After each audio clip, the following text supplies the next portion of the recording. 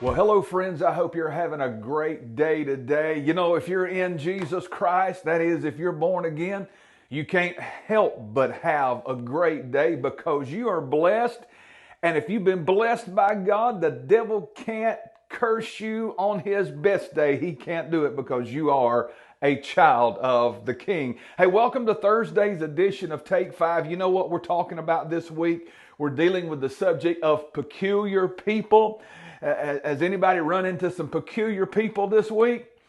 How about this? Have you been a peculiar person this week? That's what it's all about. Every one of us, if we ask one another just in layman's terms, we would say, oh yeah, I've seen some peculiar people this week, but we're not talking about those type of terms. We're talking about what God says, how God defines what it is to be peculiar. And we've taken our text from 1 Peter chapter 2, verse number 9, that says, you're a chosen generation, a royal priesthood, a holy nation, a peculiar people, that you should show forth the praises of him that called you out of darkness into his marvelous light. A chosen generation, chosen to be a royal priesthood, that is, you have the responsibility of connecting people to God. Chosen to be a holy nation, that is, separated to God and exclusively to him.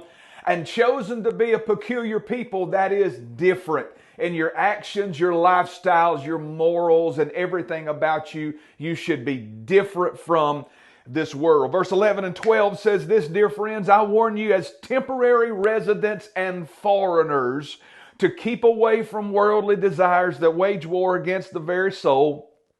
Live an exemplary life among the natives, because we're not of this world, right? Our citizenship is in heaven, so we've got to live an example in front of the natives of this world so that your actions will refute their prejudices and then they'll be won over to God. That's our purpose. That's why God called us to be peculiar. We define peculiar as strange, different, unusual, odd, as it were. And that's what a Christian is. When a Christian lives in righteousness and morality in this world, that's odd anymore.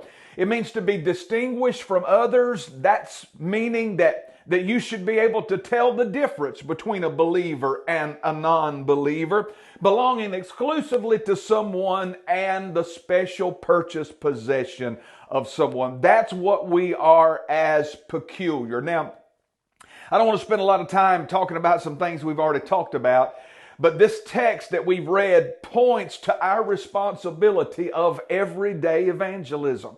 And that work is going to happen not at churches and not necessarily in pulpits. Most of that work's going to happen at work, at home, and anytime there's social interaction.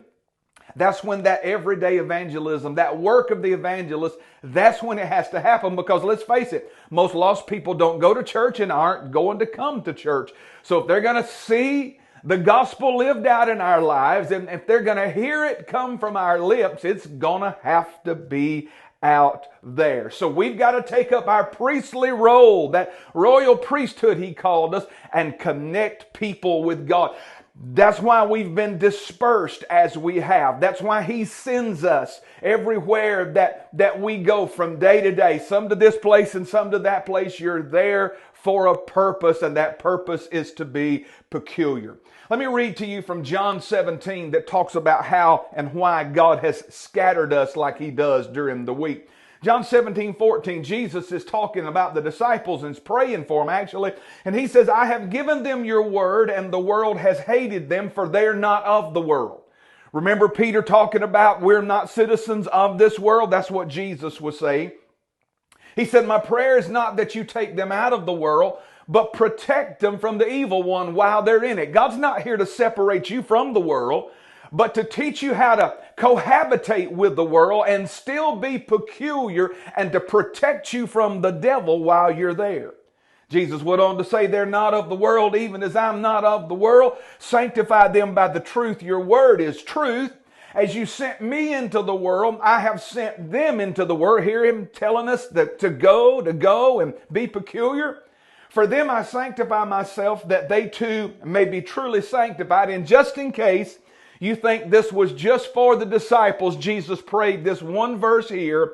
My prayer is not for them alone. I pray also for those who will believe in me through their message. That's you and me, friend. He was praying for us that day, that as we go into the world, we would make a difference and that God would protect us while we are there.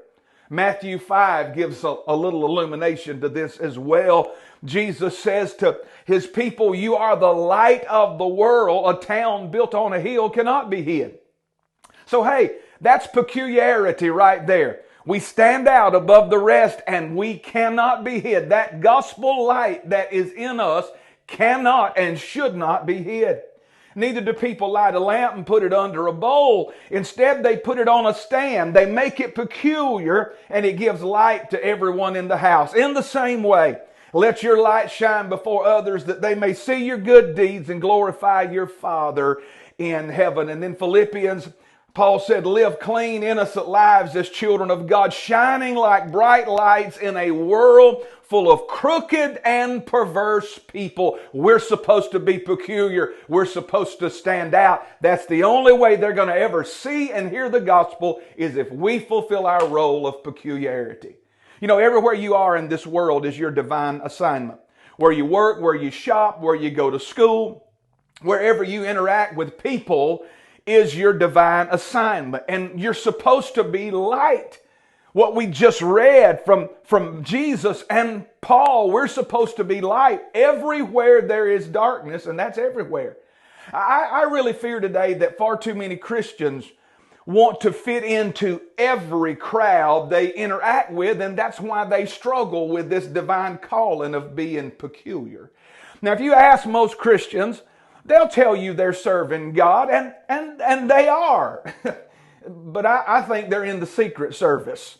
That there is no place in the kingdom of God, especially here in America, for secret disciples who are embarrassed or are afraid to be the peculiar people that God has called us to be. There's no place. John had something to say about that. He said in John 12:42, many people believed in Jesus. Now listen to this. Many people believed in Jesus. Even many of the Jewish leaders believed in him, but they were afraid of the Pharisees, so they did not say openly that they believed. They were secret disciples. They were afraid they would be ordered to stay out of the synagogue. They loved praise from people more than praise from God. They wanted to fit in with people more than they wanted to fit in with God. They were ashamed or afraid to be peculiar. I've learned this, friend. If you love people more than you love God, you will never love God enough to be peculiar. You won't do it. But if you love God more than you love people, you will learn to love people enough to be the peculiar person God has called you to be. Well, hey, I got to get out of here. My time's come and gone. I look forward to being with you tomorrow on Friday's edition of Take 5. Until then, friend, have a great day. Be peculiar, my friend. That's what God has called you to do. Love Him more than you love people, and you'll learn to love people enough to be the peculiar person God called you to be.